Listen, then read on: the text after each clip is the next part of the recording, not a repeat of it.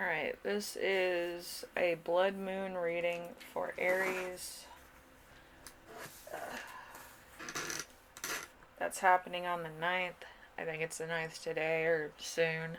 Um, Mostly the blood moon this time around is a lesser moon, no supermoon, no eclipse. So, with it in Aries, it kind of gives it more of an ambitious look into what you need and what you don't need. So a lot of the questions are involved as such. Let me get my cards.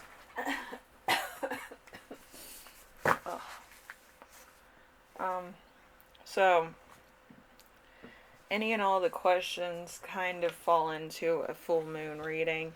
Um, Kind of pointing you in the right direction. It doesn't put it into a,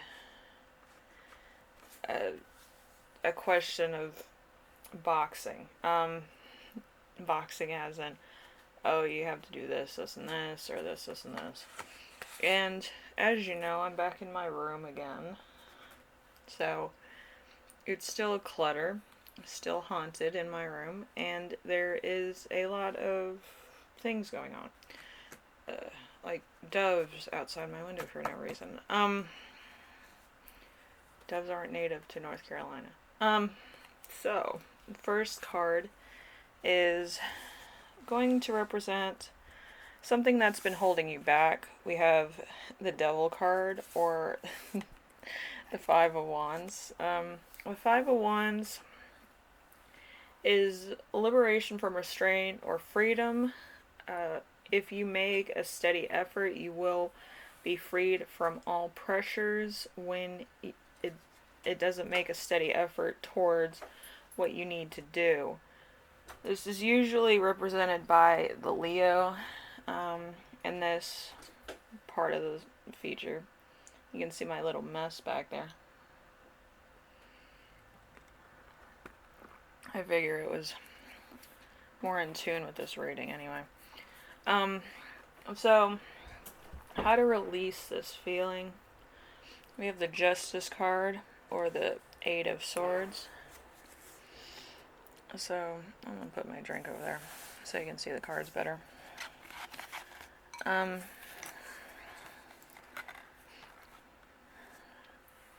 So, the Justice is new beginnings, peace, purity, a change of attitude, and create a new beginning. That is a very good time to start taking lessons, or would be able to associate with great mentors. It's kind of giving you, like, you have free reign to do whatever you need to do at this moment in time. So naturally, you're probably going to be like finding new footing in order to make your dreams come true. You're not gonna be like jumping into it very fast. You're gonna be taking it very slowly. Okay, so we have number 3, a way to keep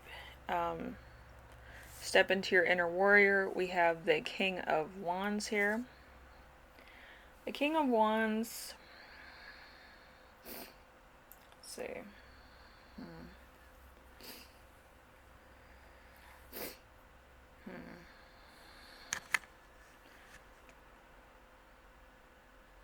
This is very hard. You can't start with a King of Wands. Let's do the Jack. So the Page of Swords is a better starting point, because if you're already stepping into your inner warrior, it's new footing. So my cards kind of come out whenever they want. So the Page of Swords is more of a cooperation and ability to open people's hearts to what you need. Whereas the King of Wands would be more of, I already know what I'm doing, like they have the passion to go farther and accomplish more in a matter of minutes and days than a Page of Swords is in a new situation. So, you have to understand and supervise your own workspace, so you're more confined to your own ambitions instead of a lot of other people's ambitions.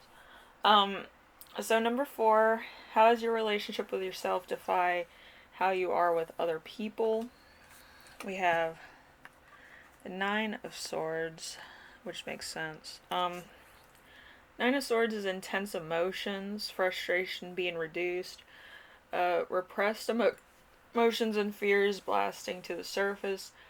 You may encounter severe problems. To improve your situation, you need to stop being pessimistic and be more assertive in your options. Um, so let's see. I feel like you might need to change the people you hang around with, because if you're going into a new phase in life or a new phase in business, or like you're starting your own business, you do have to separate from people that could be thinking that it's all fun and games and that you're not serious. Um, but if you get around the right people that realize it's a job, it's their livelihood and your livelihood, they take the job more seriously. And that's why people say you shouldn't hire your family or your friends. Because some people can't see you as a serious business person in that sense. So, all right. So we have, remember how far you've come. We have the Queen of Swords. The Queen of Swords is flexible attitude that brings good fortune. You may have your ups and downs, but ultimately you're able to step forward. If you are in a relationship, turn to the monogamous sea as an example. Um, so let's see.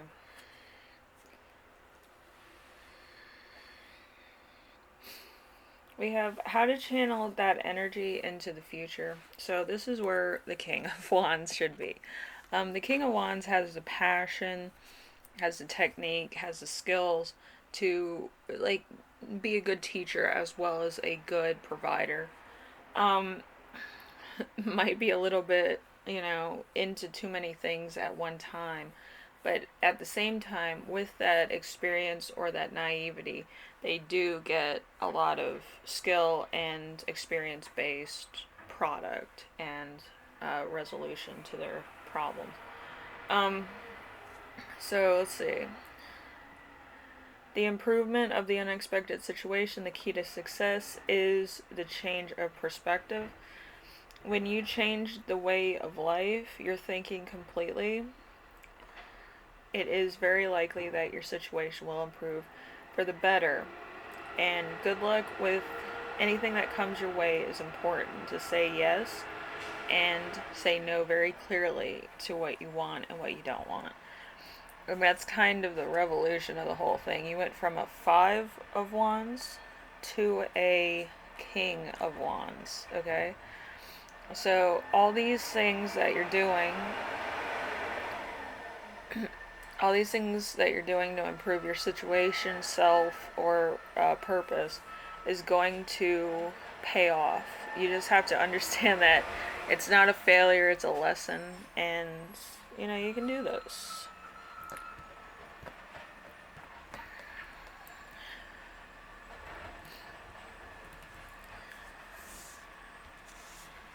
But with this whole moon and this whole situation, it does bring in a little bit of a resolution to the warrior path.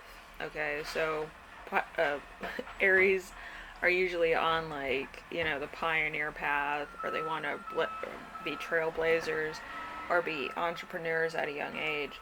So this is just telling you where you've come from and where you're going and what you need to do and what you need to let go of. You're going to have to let go of a lot of people that are in your circle but might not be good employees or might not be good associates to hang around with.